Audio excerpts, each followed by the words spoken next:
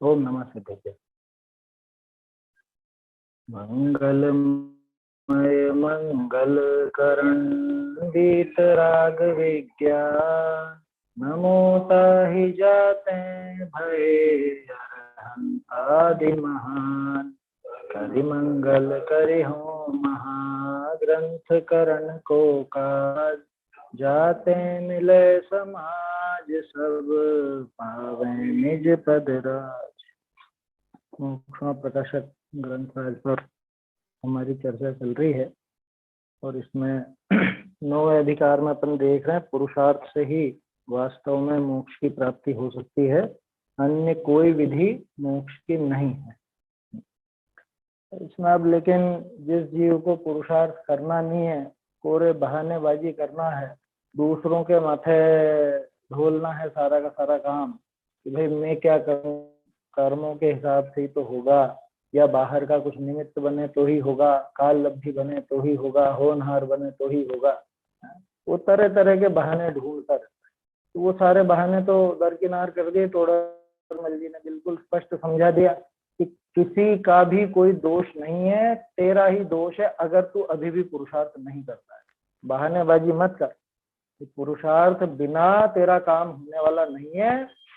और जो भूमिका पुरुषार्थ के लिए चाहिए, जो चीजें पुरुषार्थ के साथ मिलकर इस मोक्ष मार्ग को सफल बनाती हैं, वो सब चीजें तुझे उपलब्ध हो चुकी हैं। कषाय की मंदता तुझे मिल चुकी है, समझने की बुद्धि तुझे मिल चुकी है, अब और क्या चाहिए। जिनवाणी का उपदेश भी मिल, भाई बहिरंग निमित्त जिनेन्द्र भगवान का उपदेश था, देवशास्त्र गुरु थे, वो मिल ही चुके। अंतरंग निमित्त वो कषायों की मंदता थी, वो मिल ही चुकी। समझने लायक बुद्धि, वो जो कर्मों के क्षयोक्षम से होते है, वो भी तुझको मिल चुकी।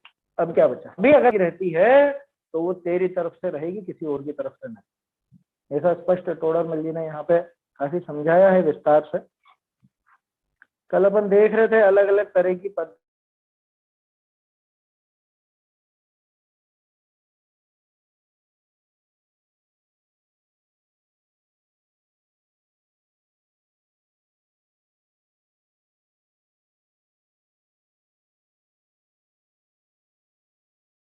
आवाज नहीं आ रही है।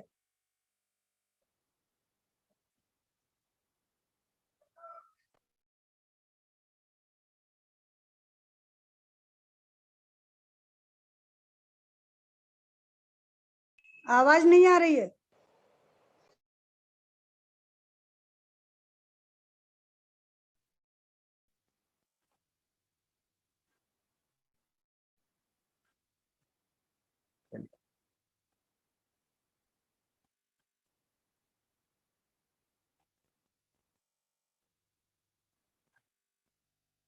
आ रही है ना अभी आवाज?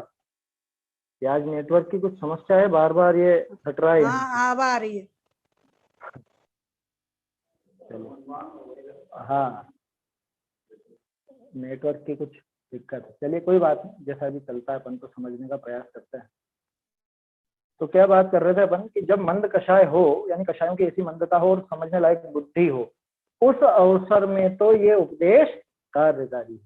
तो हमारे वो अवसर आया कि नहीं आया कि प्रत्येक संगी पंचेंद्री जीव के पास ये अवसर है। और खास तौर पर अपन दूसरों की बात क्यों करें, हम तो हमारी बात करें। हमारे ये अवसर मिला या नहीं मिला, मंद कषाय भी हमारे पास है ना, और समझने लायक बुद्धि भी हमारे पास है, और पुण्य का उदय भी ऐसा, ये देवशास्त्र गुरु का सुयोग अपने को मिल गया। तो कहने का अर्थ है कि हमारे पास हमें जो अवसर मिला है, इस अवसर में उपदेश कार्यकारी।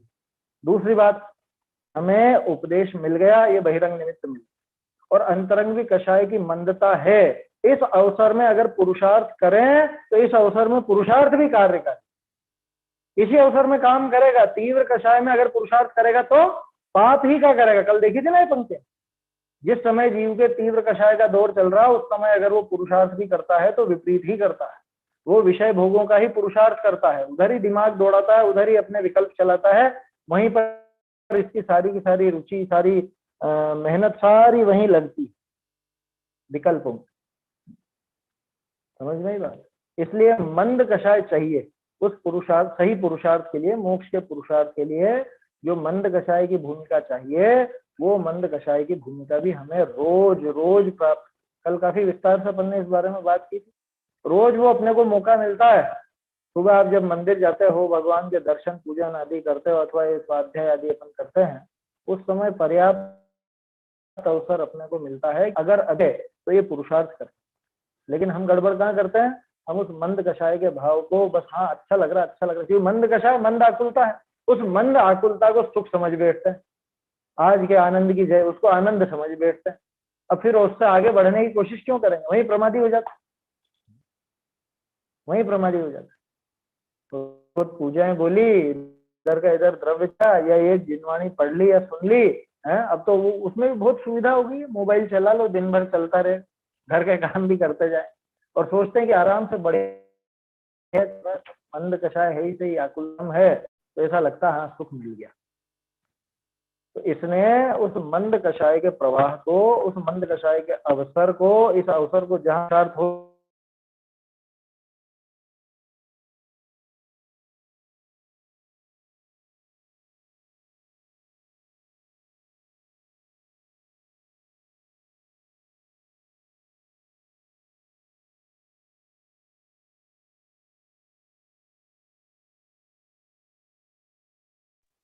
आवाज बंद हो गई।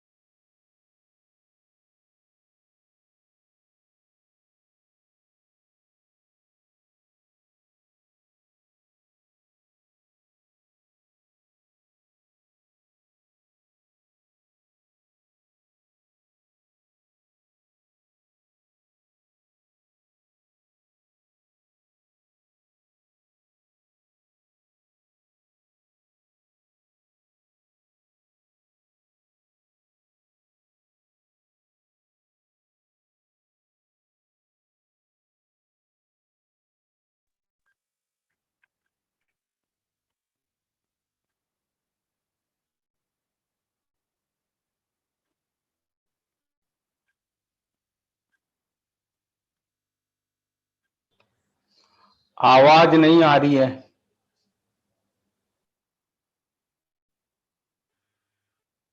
आवाज आ रही है अभी? अब सुनाई दी। अभी आवाज आ रही है मेरी? अभी आई है, अभी अभी आई है।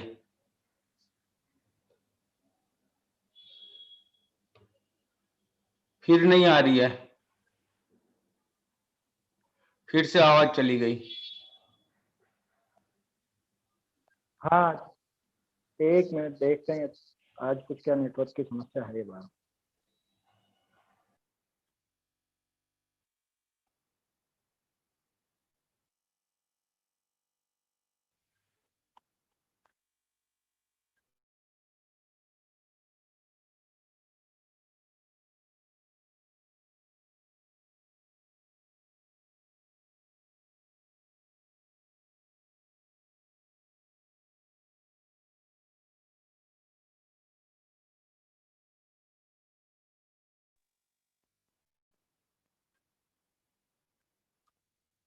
अभी आ रही है आवाज मेरी? हाँ, आ रही है, आ गई है आवाज। हाँ, क्या कर सकते हैं।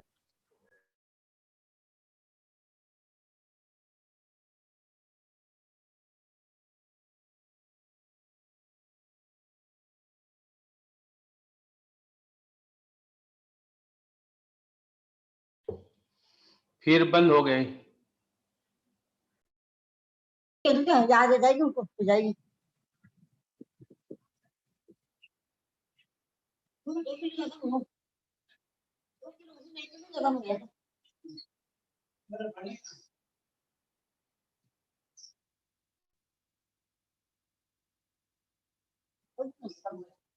दीदी नींद आ गई, साथ करके नाम दी थोड़ी थोड़ी साथ में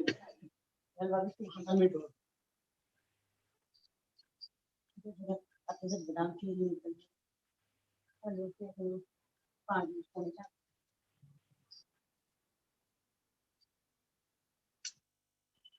क्यों दूध के लिए? चलिए, आवाज आ रही है भी बराबर? आ रही है, आ गई है अभी भैया आई, की, अभी अभी आ आई गई। है। ठीक है, ठीक है, ठीक है। हाँ, आप सबके आने लग गई आवाज अब। ये किसी का माइक चालू है, माइक बंद कर लीजिएगा। जैसे तैसे तो ये समस्या सुन। हाँ हाँ, मैं क्या बड़े पापा को नींद आ गई होगी भाई। आप लोग ध्यान रखें, माइक आपका चालू हो जाता है, आप पीछे से पता नहीं क्या नींद आ गई और वो आगे पता नहीं क्या बोलते हैं। चलिए, कोई बात नहीं, है ना, ध्यान रखिए। तो क्या बात कर रहे थे अपन कि वास्तव में अपने को ये अवसर मिलता है, प्रतिदिन अपने को मंद कषाय का अवसर मिलता है, और इस मंद कषाय के अवसर में अगर ये जीव पुरुषार्थ कर लेवे, थोड़ी सी मेहनत कर लेवे, तब तो इसका काम हो जाए। लेकिन ये उस मंद कषाय के अवसर को अगर ऐसे ही टाइम पास समझ करके निकाल देगा, थोड़ी सी मंद कषाय में, वो मंद आकुलता होने में उसी में आनंदित हो जाएगा, तो ये पुरुषार्थ नहीं कर सकता, तो फिर इसकी सारी मेहनत व्यर्थ हो जाएगी, ये मोक्ष मार्ग में नहीं लग पाएगा। आई थी ना बात कि एकेंद्रीय आदि तो धर्म कार्य करने में समर्थ ही नहीं, पुरुषार्थ कैसे करें? और तीव्र कषाई अगर पुरुषार्थ करे तो वो पाप ही का करे। अब सोच लो हमारी क्या दशा। हमें मंद कषाय का अवसर भी मिला है, लेकिन अगर हम उस मंद कषाय के अवसर में भी पुरुषार्थ नहीं करते हैं, तो एकेंद्रीय में और हम में कोई अंतर नहीं रह जाएगा, घूम फिर करके वापस से हमको एकेंद्रीय बनना पड़ेगा। इसलिए अगर ये मौका मिलता है, जब भी ये मौका मिले, तो पक्का समझना कि हमको ये पुरुषार्थ करना ही करना है, ये करना ही करना है। मंद कषाय के अवसर को बिल्कुल ऐसा समझो कि लास्ट चांस मिल रहा है। आप कल्पना तो करो, वो मंद कषाय का भाव जब आपका चल रहा हो और थोड़ी देर बाद ही आपकी आयु पूरी हो जाए, कल्पना तो करो। मान लो आखिरी बार मंद कषाय का मौका मिला है, तो ऐसा समझ करके भुनाना उसको, ये कोशिश करना जब भी भगवान के दर्शन करो तो अब की बार से वो 80वीं गाथा में ख्याल आ जाए, भगवान को देखते देखते उनके द्रव्य गुण पर्याय का चिंतन चले, अपने द्रव्य गुण पर्याय का चिंतन चले, ये विचार वहां चले। चलो, और फिर हम तो पूजा करने गए थे, अरे वो हो गई तेरी पूजा, असली पूजा वही है, समझ नहीं बात, असली पूजा वही होगी। इसलिए मंद कषाय का जब भी अवसर बने, चाहे मंदिर में चाहे घर में, किसी भी काम को करते हुए, उस समय ये तत्व विचार चलाए, बुद्धि पूर्वक भेद विज्ञान का उद्यम करे, अपने आत्म स्वरूप को पहचाने, तब तो इसका मोक्ष मार्ग में गमन हो पाएगा, नहीं तो नहीं। उनके द्रव्य गुण पर्याय में क्या क्या सोच है? उनका अभी द्रव्य कैसा है, उनके गुण कैसे हैं, मेरा द्रव्य कैसा, मेरे गुण कैसे, उनकी पर्याय कैसी और मेरी पर्याय कैसी, पहले भिन्नता दिखेगी। लेकिन जो भी अब मैंने नाम लिया प्रवचन सार जी की 80वीं गाथा, उस गाथा का सार यह है कि उनको समान देखे, उनकी पर्याय जैसी अनंत भगवान की पर्याय वैसी मेरी पर्याय है, इतनी समानता दे। इसके बारे में पहले कई बार अपन चर्चा कर चुके हैं, 80वीं गाथा का क्या आशय है वहां पे, क्योंकि बहुत से लोग यही समझते हैं कि साहब द्रव्य से तो हम समान है, अनंत भगवान और मैं बिल्कुल समान है, उनका द्रव्य भी वैसा ही, मेरा द्रव्य भी वैसा ही। गुण कि गुण भी हमारे एक जैसे ही हैं, जितने गुण उनमें, जैसे गुण उनमें, वैसे के वैसे मुझमें, लेकिन पर्याय में तो अंतर है ना, ये गड़बड़ हो जाए। जबकि 80वीं गाथा में आचार्य देव स्पष्ट कह रहे हैं कि पर्याय से भी तू समान, कैसे लगेगी वो समान, कोई हल्की फुल्की बात नहीं है कि उनकी भी पर्याय एक समय की और मेरी पर्याय भी एक समय की, ऐसी समानता लेनी, ऐसी समानता नहीं लेनी। कि उनके ज्ञान की पर्याय जानने का काम करती है, मेरी ज्ञान की पर्याय भी जानने का ही काम करती है। ये भी नहीं, इससे भी आगे बढ़ के सोचना अपने कि वो जो जानते हैं, तो जिन भी पदार्थों को जानते हैं उनसे भिन्न रह करके ही जानते हैं, वो अन्य पदार्थ उनके स्वरूप में प्रवेश नहीं पाते और अन्य पदार्थ मेरी पर्याय में भी प्रवेश नहीं पाते। तो पर्याय में ही जानना हो रहा है ना सारा का सारा, द्रव्य और गुण की बात जाने दो। वो पर्याय में जो जानना हुआ है, उस वस्तु को जानते हुए भी वो वस्तुएं उनके स्वरूप में उनकी उस पर्याय में भी शामिल नहीं हुई और वो वस्तुएं मेरी भी पर्याय में शामिल। मान लो ये एक वस्तु है ना, इसको केवली भी जानते हैं और इसको मैं भी जानता। तो जो भगवान इसको जानते हैं तो ये वस्तु भगवान के ज्ञान में प्रवेश नहीं, और मैं जानता हूं तो मेरे ज्ञान में भी प्रवेश नहीं, है ना। वो पर्याय की बात कर रहा हूं। तो बोलो पर्याय में समानता हुई कि नहीं हुई? ऐसी हाँ। समानता दे। तो मत देखना अरे साहब वो तो वीत रागी और हम तो रागी द्वेषी। ये तू खुद को रागी द्वेषी क्यों मानता है? तू खुद को रागी द्वेषी देखता रहेगा तो वो शुद्ध स्वभाव की महक कहां से आएगी? समझ में आई बात? वहां आचार्य देव अपना शुद्ध स्वभाव दिखाना चाहते हैं, अपने स्वभाव की परिपूर्णता दिखाना चाहते हैं। वो उसको देख, अपना स्वभाव जो ज्ञान है उसकी पर्याय को देख, उस पर्याय से भिन्नता महसूस कर पर द्रव्यों से, कि मैं इन पदार्थों को जो जानता हूं तो ये पदार्थों में मैं प्रवेश करके नहीं जानता, ना इनको जानने पर ये पदार्थ मुझ में प्रवेश कर जाता है। ठीक ऐसे ही अरहंत भगवान भी इनको जानते हैं, तो न ये पदार्थ उनके ज्ञान की एक पर्याय में प्रवेश पा गए, ना ही उनका ज्ञान की वो वर्तमान पर्याय निकल करके इन पदार्थों में। तो बोलो पर्याय भी समान हुई कि नहीं हुई? हाँ हुई। मैंने आपको संक्षेप में बताया है। विस्तार से आपको 80वीं गाथा का हृदय समझना है तो बाबूजी के प्रवचन सुनिए, युगल जी बाबूजी, उनके मुकाबले 80वीं गाथा किसी ने भी स्पष्ट नहीं की। ये बिल्कुल खुल करके मैं आपसे ये बात कह रहा हूँ। युगल जी बाबूजी ने 80वीं गाथा में जो समझाया है जैसा किसी ने भी नहीं वो है। और उसके अलावा उनके 4 प्रवचन और बताए थे मैंने, अरहंत देव और उनकी वीतरागता करके, वो 4 प्रवचन भी हैं। उनको आप समझेंगे तो 80वीं गाथा का हृदय समझ में आए। खैर यहाँ अभी अपना वो विषय नहीं है। अपने को तो ये बात समझनी है कि वो मंद कषाय का जो दौर चल रहा है भगवान के सामने, उस समय भी ये मंद कषाय छूट करके असली पुरुषार्थ कर ले, तब तो ये काम हो जाए। भगवान को देखे वहां नमोकार मंत्र बोले, चत्तारी मंगल बोले, जो भी स्तुति बोले और ढोक दे, परिक्रमा दे और होगी छुट्टी। इतने मात्र में मंद कषाय को खर्च नहीं कर दे वे। वहां जो मंद कषाय का भाव है, कुछ देर दूसरी चीजें रोक दो भी, वो स्तुति पूरी मत बोलो, एक आध पंक्ति जो भी पकड़ में आती है भगवान के स्वरूप की, समझ में आई बात? सकल गे गायक तदपि निजानंद रसलीन। अब इसी पंक्ति पर बैठ करके विचार करो 5-10 मिनट, जितनी भी देर लग जाए, आधा घंटा 1 घंटा। तदपि निजानंद रसलीन, पूरी दुनिया को वो जानते हैं और पूरी दुनिया में एक भी चीज उनको लीन होने लायक नहीं लगी। पूरी दुनिया में एक भी वस्तु उनको ऐसी नहीं दिखी कि जिसमें वो अपनी लीनता कर सके या उसके प्रति समर्पित हो सके। उसका जरा भी उनको राग खड़ा नहीं हुआ। तो मैं तो जरा सी बात में कुछ भी जानता हूँ और मेरा राग द्वेष होता है, ये क्या गड़बड़ है? मेरा स्वभाव भी इनके जैसा, मैं भी इन्हीं की तरह, ये भी मेरी तरह थे, पहले साथ में ही निकले थे हम निगोद से, लेकिन ये पहुंच के क्या चक्कर है? तो फिर वो अपने द्रव्य को देखेगा, अपने गुणों को देखेगा, है ना, वो पर्याय से समानता भी समझेगा, तब अपने आप ये भी निजानंद रसलीन हो। तो वो शुभोपयोग का सदुपयोग करना है। इस अवसर में पुरुषार्थ करना योग्य है, इस ही अवसर में पुरुषार्थ करना योग्य, अन्य अवसर में नहीं कर सकते। आप करके देख लें। हाँ, दुनिया भर का तो कर सकते हो, दुनिया भर का माने इधर उधर के विकल्प, बाहरी वस्तु में तो पुरुषार्थ लगता ही नहीं, ये पहले समझ लेना। राग द्वेष आदि वो भी तो जीव का पुरुषार्थ ही है ना, लेकिन वो विपरीत पुरुषार्थ। हम बात कर रहे हैं मोक्ष के पुरुषार्थ। तो मोक्ष का पुरुषार्थ जब भी होगा इस अवसर में ही, मंद कषाय के अवसर में ही। मंद कषाय प्लस रागादि की मंदता, तो मंद कषाय है। समझने की बुद्धि, यथार्थ समझने की बुद्धि प्लस मंद कषाय, ये दोनों चीजें जब मिले तब जाकर के वो पुरुषार्थ कार्यकारी होगा। जो सब दिनवानी वगैरह की वो तो बहिरंग निमित्त है, वो तो उपलब्ध। बहुत अच्छा पंडित जी, यही करेंगे प्रैक्टिस। हाँ करनी है, यही करनी है, इसके बिना छुटकारा नहीं है। आया समझ में? बाकी तो जिंदगी भर करते आए हो क्या, अनंत बार ग्रेवेक तक होकर के आ गए हैं हम लोग, अनंत काल बीत गए। चलिए आगे बढ़ते हैं अपन। बहुत अच्छा प्रकरण आ रहा आगे।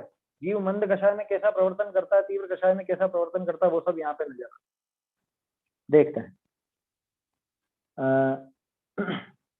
ताते विचार शक्ति सहित, ये ताते क्यों लगा, ताते का अर्थ तो इसलिए है, ये असल में यहाँ पैराग्राफ जो चेंज हुआ है ना तोड़रमल जी के, तो वही लाइन चल रही है अभी, उन्होंने तो फुल स्टॉप भी नहीं लगाया, खड़ी पाई भी नहीं लगी। कहाँ पे, वो जो बात थी ना, धर्म कार्य का पुरुषार्थ हो नहीं सकता किसके, तीव्र कषाई जीव। तीव्र कषाई जीव अगर पुरुषार्थ करेगा तो किसका करेगा, पाप ही का करेगा, वो पुण्य का भी नहीं करेगा। तीव्र कषाय में तो पाप ही का पुरुषार्थ चलेगा, धर्म कार्य का पुरुषार्थ नहीं कर सकता। ताते इसलिए ये इससे जुड़ेगी ये लाइन। ताते पेज नंबर 312 पर है और हस्तलिखित में 403। ताते विचार शक्ति सहित होई, अरे जिनके रागाधिक मंद हुई। अभी ये बात करें ना दोनों कंडीशन, विचार शक्ति सहित होई और जिनके रागाधिक मंद होई, सो जीव पुरुषार्थ करी उपदेश आदि के निमित्त ते तत्व निर्णय आदि विषय उपयोग लगावे, तो या का उपयोग तहां लगे, तब या का भला हुई। बोलो आगे प्रवचन सार जी के 88 निवासी क्या था है? जिनेंद्र भगवान का जो उपदेश मिला है उस उपदेश को सुनकर के अच्छी तरह समझे और तत्व विचार में उपयोग लगाए, उससे वो तत्व विचार करे, चिंतन करे, लिखा ना। उपदेश आदि के निमित्त थे, ये जो जिनवाणी मिली, ये जो हमको उपदेश मिला, इसके निमित्त से तत्व निर्णय आदि विषय, तत्व निर्णय आदि में, तत्व निर्णय आदि में उपयोग को लगावे, ये पुरुषार्थ की परिभाषा। क्या उपदेश जो मिला है उसमें तत्व निर्णय आदि में अपने अपने उपयोग को लगाना, बुद्धि पूर्वक अपने उपयोग को तत्व निर्णय करने में लगाना, यही जीव का सम्यक पुरुषार्थ। मोक्ष मार्ग के लिए यही पुरुषार्थ किया जाता है, इसके अलावा और कोई पुरुषार्थ होता नहीं है। आया समझ, और कोई पुरुषार्थ मोक्ष का, संसार का तो करता रहे, ये उधमबाजी खूब करे, अकुल व्याकुल खूब हो जाए, लेकिन मोक्ष का असली पुरुषार्थ तो ऐसे ही बनता है। क्या कहा, उपदेश आदि के निमित्त तत्व निर्णय आदि विषय उपयोग लगावे, तो या का उपयोग तहां लगे, तब या का भला हुई।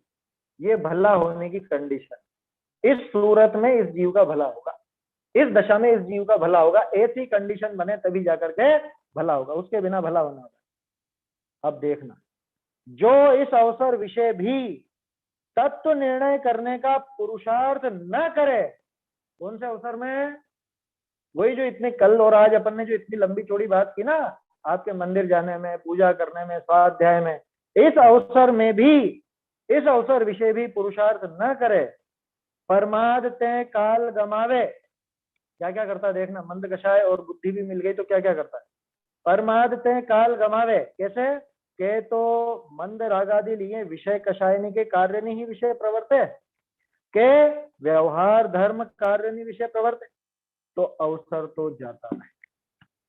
देखो मंद कषाय होने पर जीव की कैसी दशा होती है कि साहब, मंद कषाय होने पर क्या सिर्फ धर्म के ही कार्य करेगा, नहीं, व्यापार धंधे आदि में भी मंद कषाय होता। मंद कषाय के काल में आप खाना भी खा, मंद कषाय के काल में आप दुकान पर भी बैठ सकते, मंद कषाय के काल में आप और चीजें भी कर सकते हो, मोबाइल भी चला सकते हो। बहुत तीव्र कषाय नहीं है, बहुत तीव्र आसक्ति नहीं, लेकिन ठीक है, चल रहा है बस ऐसी। घर गृहस्थी के सारे काम मंद कषाय पूर्वक कर, तो मंद कषाय वहां खर्च हो जाएगी। समझ में आई बात। एक तो एक कंडीशन तो ये कि मंद कषाय सहित ही विषय कषायों के कार्य में। दूसरा, कोई थोड़ा समझदार हो तो अरे अभी चित्त शांत है, तो अभी अपन थोड़ा अपना शुभ भाव बढ़ा लो भैया, अच्छा काम करो। तो या फिर क्या करता है वो, व्यवहार धर्म कार्यों में ही प्रवर्ते। तो क्या होगा, ये तो अच्छा काम हो गया ना साहब, व्यवहार धर्म के कार्यों में, तो अवसर तो जाता रहे, संसार ही विषय भ्रमण होई। गजब। पूजा करने में समय लगाया तो अवसर चला जाएगा। पूजा करना संसार भ्रमण का कारण बता रहे, तो पूजा करना संसार भ्रमण का कारण नहीं बता, लेकिन पूजा करने में आपने तत्व विचार तो चलाया नहीं। मंद कषाय का काल था, वो मंद कषाय का काल ऐसा का ऐसा ही पूरा हो गया है, जय जयनाथ परम गुरु हो करने में, और द्रव्य इधर से उधर करने में, अथवा ये पन्ने पलटने में, है ना। बस इसमें ये काल पूरा हो गया। उसके बाद क्या होगा कि फिर तो वापस से वो तीव्र कषाय का दौर आएगा और ये संसार में ही भटकता रहेगा। तो मंद कषाय का काल निकल गया, इसने गंवा दिया। इसको यूं समझो कि मंद कषाय अपनी एक तरह से रुपया मिला, अपने को धन मिला है, धन, ये मंद कषाय जो है ये धन है। अब ये धन एक लिमिटेड टाइम के लिए मिला है, अब आप इस धन से क्या करते हो? या तो ऐसे ही हवा में उड़ा देते हो, नोट उड़ा देते हो, वारते हैं ना, नोट वारते हैं, या तो ऐसे कोई वार दे, या फिर अरे इसको बचा के रखूं, बचा के रखूं, बचा के रखूं। क्या होता है वहां बचा के रखने में? तो वो थोड़ा लिमिटेड टाइम के लिए मिला, 1 घंटे के लिए मिला मान लो, तो 1 घंटे बाद वो छिना लिया जाएगा, आपका कुछ भी काम नहीं। और तीसरा कि वो उससे जो भी सामग्री लानी हो वो उससे अपना काम साध लेता है। तीनों उदाहरण समझ में आए? तो जो नोट वार करके उड़ा देता है इधर उधर, वो तो हो गया मंद कषाय को विषय कषाय, मंद कषाय के भाव को विषय भोगों में लगा दे, ठीक है। और जो उसको बचा के रखने का भाव है वो है मंद कषाय के भाव में वो पूजा भक्ति स्वाध्याय इत्यादि करके वो काल पूरा कर। क्या हुआ उससे आगे क्या होगा? और तीसरा वो जो रुपया मिला था 1 घंटे के अंदर ही अपनी मनवांछित वस्तु खरीद लाया, तो वो समझना कि मंद कषाय में अपना पुरुषार्थ पूर्वक कार्य करना, ऐसा समझ। तो उसका किसने सदुपयोग किसने किया उस रुपये का? कि जिसने उस 1 घंटे के अंदर अपना वांछित कार्य कर लिया उसी ने सदुपयोग किया ना। तो ऐसे ही वास्तव में पूजा का नाथ तेरी पूजा को फल पायो, तो पूजा का फल वास्तव में किसने पाया? कि जिसने वो पूजा करते करते स्वयं अपना पुरुषार्थ कर, जिसने ये स्वाध्याय करते करते उस तत्व विचार पूर्वक अपना पुरुषार्थ का कार्य कर लिया, तत्व विचार चला लिया। तो तत्व विचार तो चलावे नहीं, पूरा मोबाइल चलावे तो उसमें तो कोई धर्म होने वाला है? समझ में आई बात? मेरी बात समझ में आई ना? तत्व विचार नहीं चला है, कोरा मोबाइल चलाता है, माने तो दिन भर जो सुनते रहते हैं घर गृहस्थी के सब काम करते हुए, तो अवसर तो चला जाएगा। क्या कह रहे हैं? अवसर तो जाता रहे, अवसर तो समाप्त होता रहेगा, संसार ही विषय भ्रमण होई। बहुत जोरदार लाइन है ये, तो अंडरलाइन करने लायक है। क्या ये अवसर चूकने जैसा नहीं है? हमको मिल गया ये अवसर। अब अगर इस अवसर में है ना मंद राग आदि लिए विषय कषायों में प्रवर्त है या धर्म कार्यों में, व्यवहार धर्म कार्यों में प्रवर्तता है, निश्चय धर्म में तो लगा नहीं, व्यवहार धर्म के कार्यों में प्रवर्तता है, और फिर बाद में ये अवसर समाप्त हो जाता है, तब फिर वही खाली हाथ रहे। संसार ही विषय भ्रमण बहुरी। अब देखो जो समझदार व्यक्ति वो क्या करे? बहुरी इस अवसर विषय जे जीव पुरुषार्थ करी तत्व निर्णय करने विषय उपयोग लगावे, लगावने का अभ्यास रखे। क्या फिर से इस अवसर विषय, कौन से अवसर में? जब ये बुद्धि भी मिली और कषाय भी मंद चले, है ना। इस अवसर में, इस अवसर में जो जीव पुरुषार्थ करके, पुरुषार्थ क्या था? कि जो बात सुनी है पढ़ी है उसको समझने में, तत्व निर्णय करने में अपने उपयोग को लगावे, यही पुरुषार्थ था। तत्व निर्णय करने में, भेद विज्ञान चलाने में अपने उपयोग को लगाना, यही पुरुषार्थ। तो जो जीव इस अवसर में पुरुषार्थ करके तत्व निर्णय करने विषय उपयोग लगाने का अभ्यास राखे, उपयोग लगा लेवे इतना ही नहीं कहा, उपयोग लगाने का अभ्यास राखे। साहब हमारा उपयोग एकदम नहीं लगता, अरे तो अभ्यास करो, एक एक लाइन को बिल्कुल चिंतन पूर्वक, जल्दबाजी नहीं करना कभी भी। क्या कभी जल्दबाजी नहीं करना? ये समय तो 1 ही घंटा और मुझे तो 5 पूजाएं करनी, मत कर भैया, तू तो एक ही कर, एक पूजा भी क्या, तू तो एक ही छंद पकड़ ले, एक लाइन पकड़ ले, उस पर विचार। अरे 1 घंटा होना है, अभी तक तो एक पैराग्राफ ही पढ़ने में आया। ऐसी जल्दबाजी नहीं करना कि साल भर हो गया एक ग्रंथ भी पूरा नहीं हुआ, आगे कैसे तुझे करना क्या है? ये जो अभ्यास अपन करते हैं ये किसके लिए करते हैं? समझने के लिए ही तो करते हैं ना। बहुत से लोगों को लगता है अरे अरे आगे बढ़ो, आगे बढ़ो, जल्दी जल्दी जल्दी आगे चल, आगे चल। जल्दी क्यों? क्यों क्या करोगे आगे जाके? आगे भी तो तत्व विचार ही करना है, तत्व चिंतन के लिए ही तो ये काम कर रहे हैं ना। तो जो जीव इस अवसर में, जो जीव पुरुषार्थ करी तत्व निर्णय करने विषय उपयोग लगावे, पुरुषार्थ पूर्वक तत्व निर्णय करने में अपने उपयोग को लगाते हैं, इधर उधर भटकाते नहीं है, इधर उधर दूसरी बातों में अपने उपयोग को नहीं लगा करके तत्व निर्णय करने का अभ्यास, तत्व निर्णय में उपयोग लगाने का अभ्यास रखते हैं, बारंबार यही अभ्यास करते हैं। कुछ भी पढ़ेंगे तो उसका विचार करें। समझ में आई बात? अरे कोई समझ लो फिल्मी गाना भी किसी के कानों में पड़ जाए ना, तो ऐसे ऐसे जीव देखें तो फिल्मी गाने में से भी तत्व की बात निकाल। समझ में आई बात? कोई सा भी सब निकालने वाला चाहिए उसमें, तो क्या है, वो तो कुछ भी हो, कोई भी दृश्य दिखे तो उसमें से वो निकाल ले। साइकिल का पहिया देख करके वो विचार कर ले द्रव्य गुण पर, समझ में आ रही है बात? तो कहने का अर्थ यह है कि हर जगह वो तत्व निर्णय करने में उपयोग लगाने का अभ्यास रखता है। उनके क्या होता है कि तिनके विशुद्धता बधे। अब ये पूरा विज्ञान समझ लो कैसे मोक्ष मार्ग में आगे बढ़ता है, इसमें थोड़े बहुत सुधार भी हैं।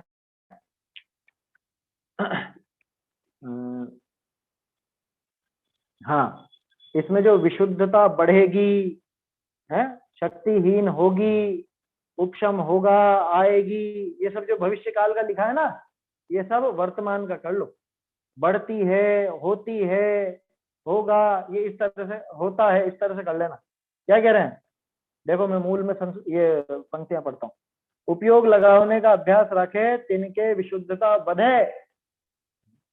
बढ़े, बढ़े का मतलब बढ़ेगी, अरे बढ़ती है समझ में? ऐसा तोडरमल जी हल्की भाषा नहीं रखता है कि आगे बढ़ेगी, आगे आगे आगे का काम नहीं, तत्काल बताओ। ये तत्काल बढ़ती है, उससे क्या होता है कि ता करी कर्मणि की शक्ति हीन होई। हीन होई मतलब हीन होती है कि जिस समय ये यहाँ पे इधर विशुद्धता बढ़ी, आत्मा की विशुद्धता बढ़ी, इधर कर्मों की शक्ति हीन होती है। कितेक काल विषय आपे आप दर्शन मोह का उपशम होई।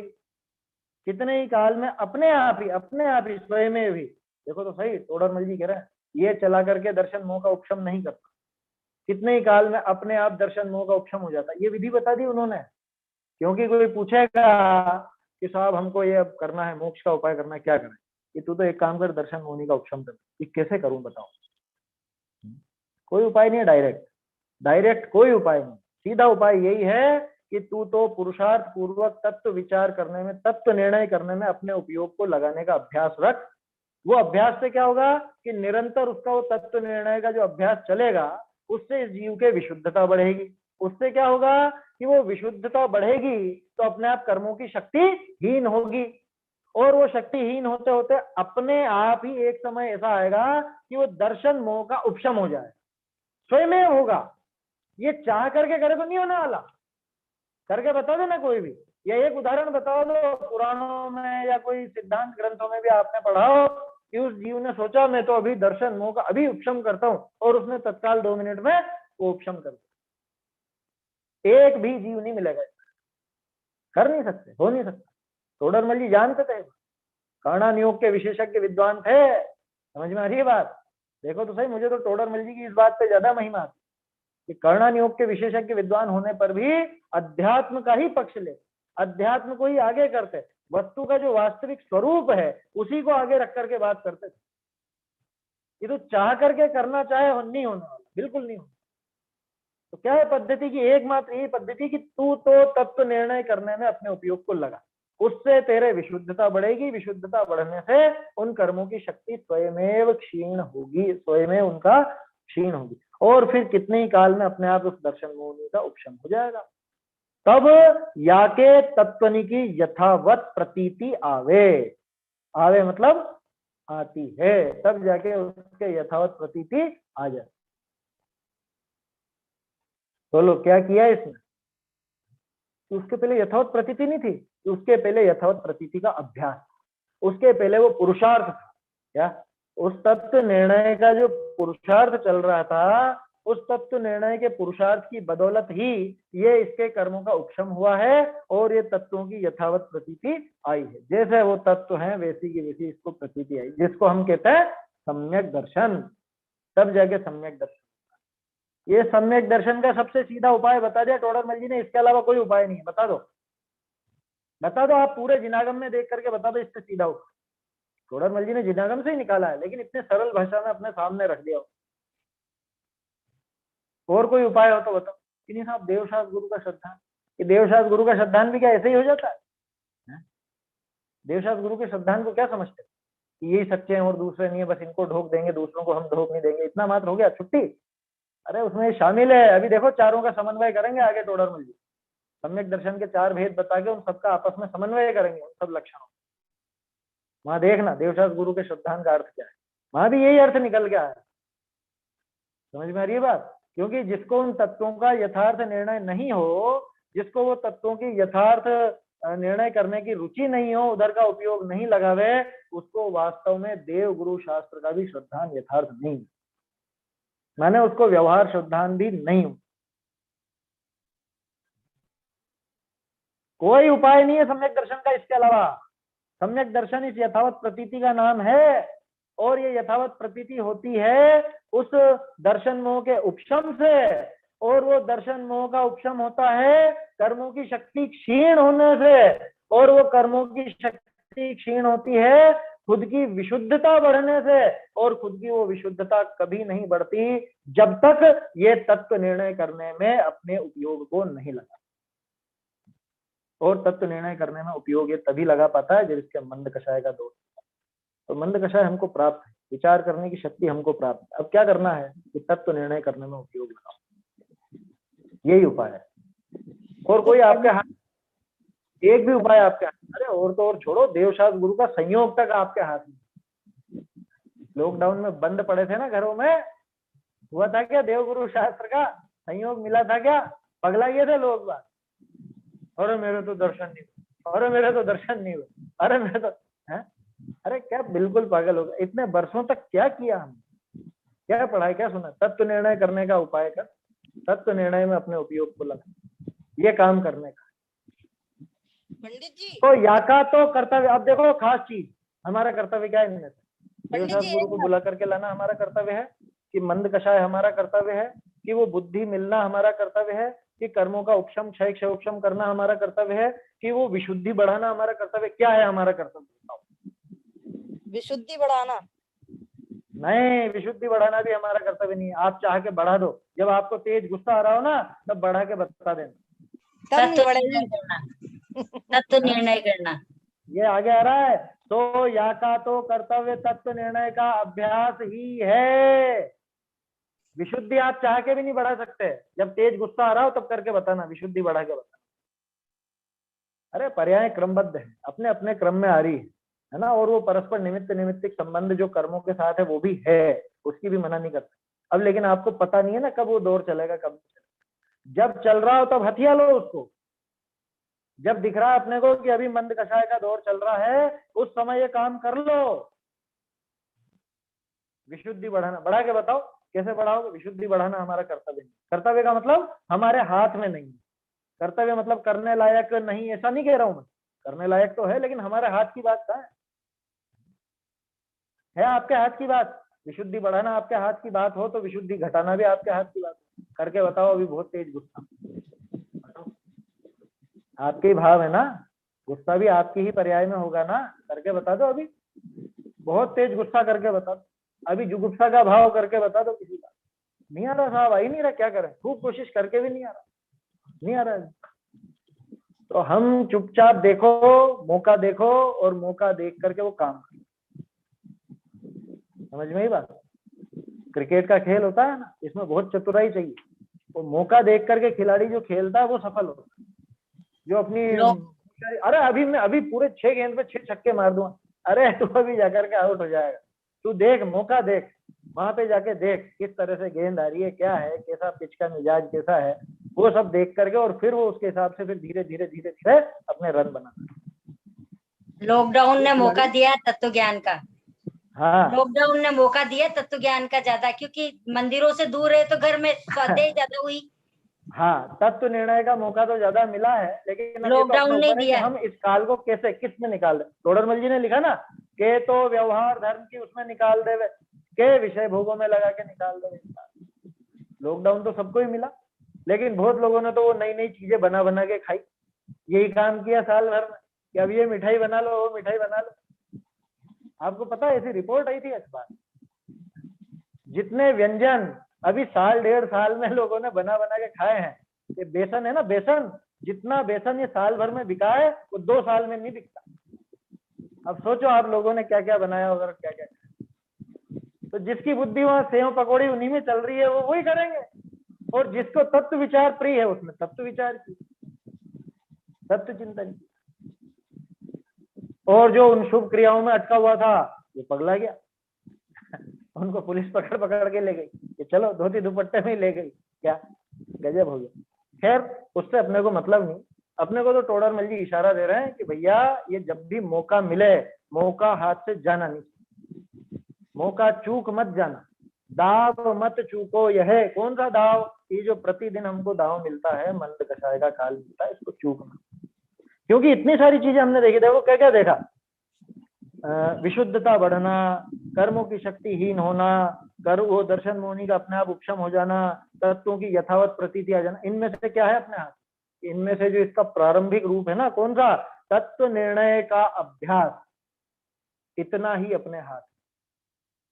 और ये हम चाहें तो चला,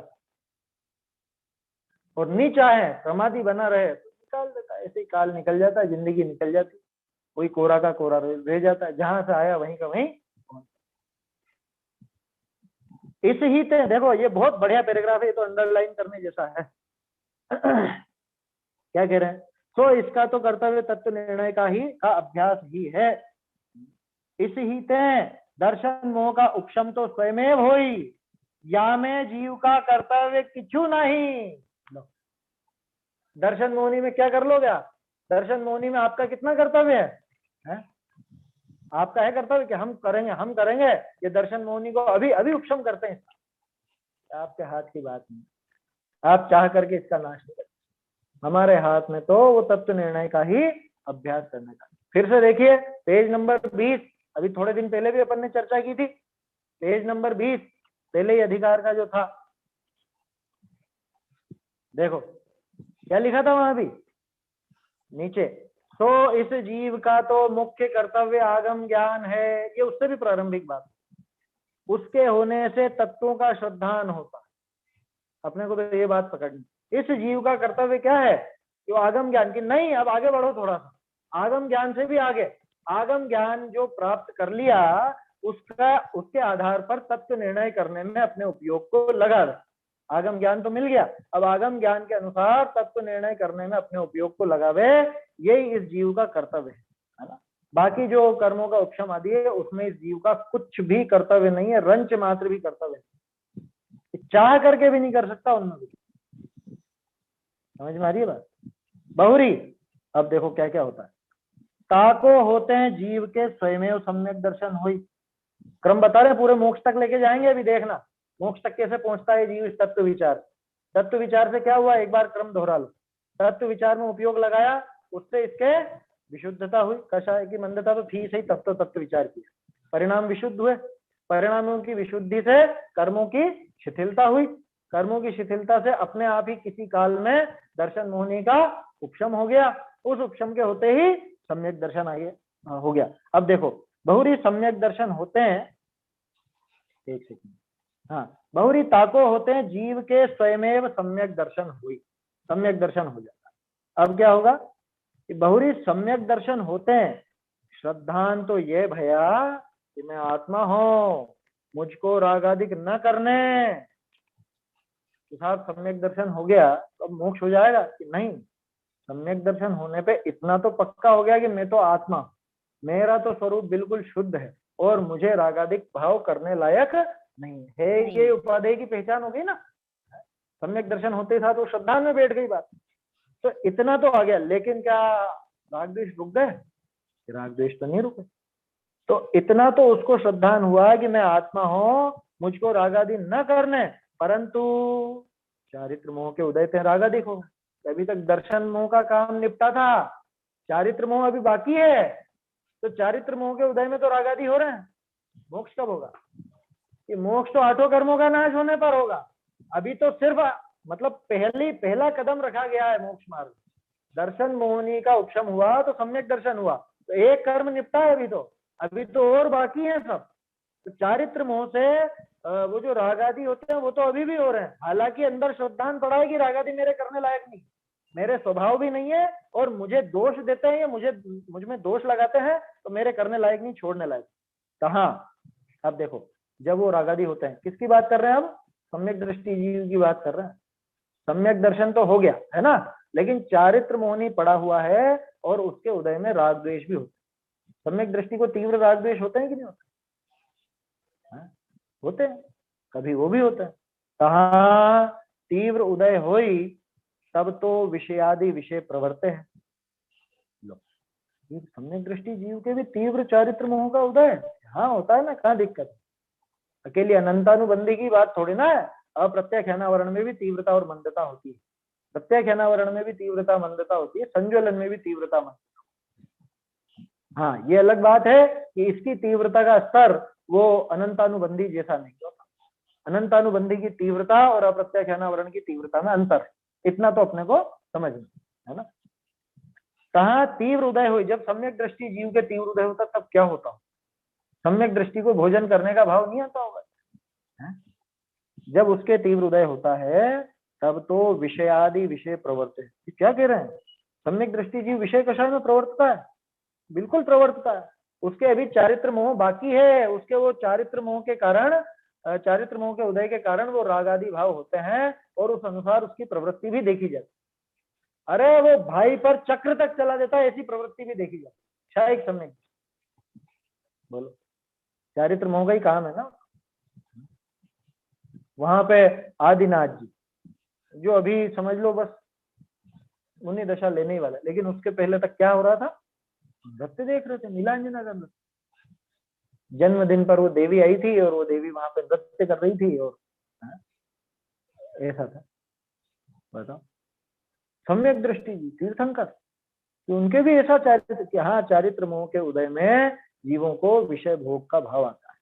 तो तीव्र उदय जब होता है तो इस तरह के काम होते हैं। और तीव्र उदय अकेले मिथ्या दृष्टि को आता हो ऐसा नहीं है, सम्यक दृष्टि को भी कभी कभी तीव्र उदय आता है चारित्र। हाँ, ये अलग बात है कि वो बहुत लंबा नहीं चलता, ये समझ लेना। तीव्र उदय तो आ जाता है लेकिन बहुत लंबा नहीं चलता। तीव्र क्रोध आ जाए, ऐसा तीव्र क्रोध कि वो चक्र चला देगा, लेकिन वो बहुत लंबा नहीं। तीव्र उदय आ जाता है, वो लक्ष्मण को लिए लिए घूमेंगे कंधे पे, क्या सीता के लिए दूसरों को भी मारने को तैयार, जिनसे कुछ लेना एक ना देना दो लेकिन उनको भी मार। ऐसा भी तीव्र उदय। कैसी विचित्रता है, सोचो तो सही। मतलब सम्यक दर्शन हो गया तो मोक्ष हो गया, ऐसा नहीं। टोडरमल जी कितना संतुलित करके बता रहे हैं। नहीं तो अभी तो बहुत से अपन बात करते हैं आपस में, तो अरे बस सम्यक दर्शन हो गया, हो गई मुक्ति हो गई। अरे ठीक है, अध्यात्म की बात है, लेकिन वास्तविक स्थिति क्या है ये टोडरमल जी पूरा हमको दिखा रहे हैं। सम्यक दृष्टि है, इसकी पहचान क्या है? भाई खुद के लिए तो खुद को पता चल ही जाए, और दूसरे की पहचान करके हमको क्या करना?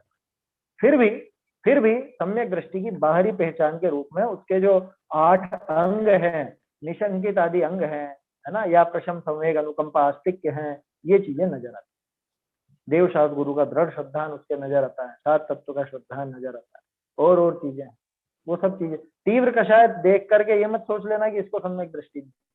अरे राम जी को देख करके कोई कह सकता था क्या?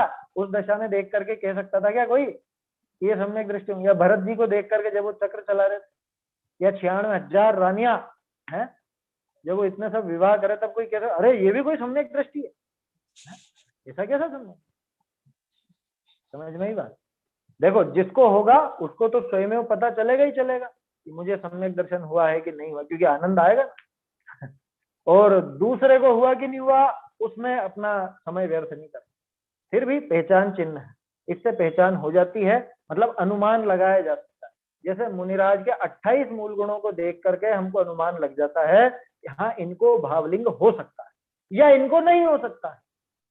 वो बाहरी 28 मूल गुणों को देख करके तो हम ये निर्णय करते हैं ना। ऐसे ही श्रावक के जो 8 मूल गुण हैं, अथवा सम्यक दर्शन के जो 8 अंग हैं, या प्रशम, संवेग आदि जो 4 उसके और विशेष गुण हैं, इन सब बातों को देख करके सम्यक दर्शन का अनुमान लगाया जाता है। बाकी तो खुद जो सम्यक दृष्टि होगा उसे दूसरे सम्यक दृष्टि की पता चले। जैसे भावलिंगी मुनिराज को दूसरे मुनिराज के बारे में पता चल जाता है कि इनका भावलिंग अभी है कि नहीं। उस भूमिका वाला व्यक्ति वो सामने वाले की पहचान कर, ठीक है ना। पंडित जी, जैसे ये कहते हैं कि भगवान निजानंद रसलीन, अपने आनंद में रसलीन है, और हम लोग अपने निजानंद में का रसलीन है, हम पर में लीन है। यदि निज में लीन होते तो हमारा कल्याण हो गया होता। हाँ, सही है ना। तो निज में लीन होने की तो बात है, वो प्रेरणा जो है निजानंद रसलीन, वो भगवान को देख करके खुद हम भी ऐसे बने, यही तो बात है वहाँ। हाँ, ये प्रेरणा लेते गए, हम तो बस आगे आगे पढ़ते जाते हैं। हाँ आगे की लाइनें बोलने की जल्दी है, कह रहे बहुत लंबी हाँ। स्तुति है, जल्दी बोलो जल्दी बोलो। सही है। हाँ एक लाइन पर भी ठहर कर विचार करें। हाँ हाँ आया समझ? हाँ। देखिए समय हो गया है अपना, है ना? एक सेकंड, पैराग्राफ शायद ये तो लंबा है पैराग्राफ थोड़ा, है ना? इसको अपन कल ही देखेंगे क्या?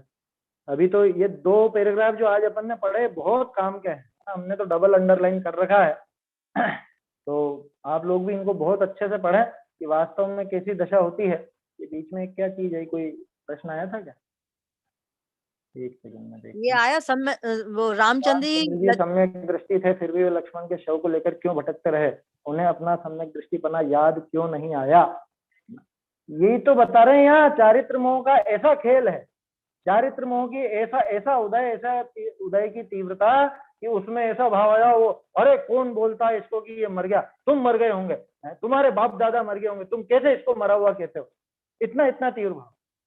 जो कोई कहता अरे अरे क्या ये आप मरे हुए को लेके घूम रहे हो, उसको मारने दौड़ते, राम जी उसको मारने दौड़ते, और वो किसी के समझाने से नहीं समझ। ये चारित्र मोह की ऐसी तीव्रता होती है, सम्यक दृष्टि की भूमिका में भी ये संभव है समझ। लेकिन एक चीज और कह देता हूँ फिर से, हालांकि पहले भी कई बार अपन ने ये बात की, सम्यक दृष्टियों के इस तरह के जो हम उदाहरण लेते हैं, उन उदाहरणों को अपने प्रमाद के पोषण में या हमारी जो कमी है उसके पोषण में कभी मत लेना। 2 भाई आपस में लड़ रहे हो और उनको समझाओ अरे क्यों लड़ते हो भाई, तो कभी यूं नहीं कहना कि अरे भरत बाहुबली भी तो भाई भाई थे और सम्यक दृष्टि थे शाही, वो भी तो लड़े, हम लड़ते हैं तो क्या हो गया। सम्यक दृष्टि के भोगों की तरफ निगाह मत रख, या उनकी जो विपरीतता हुई है उसकी तरफ निगाह मत रख, निगाह हमेशा लड़ाई ऊंची तरफ रख। लड़ाई तो ले लेते हैं, पर वो दोनों बैरागी हो गए, ये नहीं देखते हैं। हाँ, वो नहीं देखते हैं कि आगे उन्होंने क्या किया, आगे केवल ज्ञान कितनी जल्दी प्राप्त कर लिया, ये नहीं देखते। देखो हाँ है ना, एक कहावत है हमारे यहाँ चलती है, सुअर की नियत कहाँ होती है कि वो हमेशा नीचे ही होती है, विष्टा की तरफ ही होती है, वो अच्छी तरफ नहीं जाती। तो हाँ अपनी नियत ऊंचे व्यक्तियों जैसी बनाना, अपनी हाँ नियत खोटी नहीं करना, हमें हाँ नीचे नहीं देखना, उनके जीवन सही। में क्या विपरीतता हुई है उसका बहाना लेकर के अपनी विपरीतता को सही सिद्ध करने की कोशिश नहीं करना। हमें तो उनका ऊंचा आचरण देख के, भरत जी का अगर देखना हो तो अंतर मुहूर्त में केवल ज्ञान देख, हाँ बाहुबली का अगर कुछ देखना हो तो 1 वर्ष तक वो इतना जो सुंदर उन्होंने तप किया, उस तप को देखो।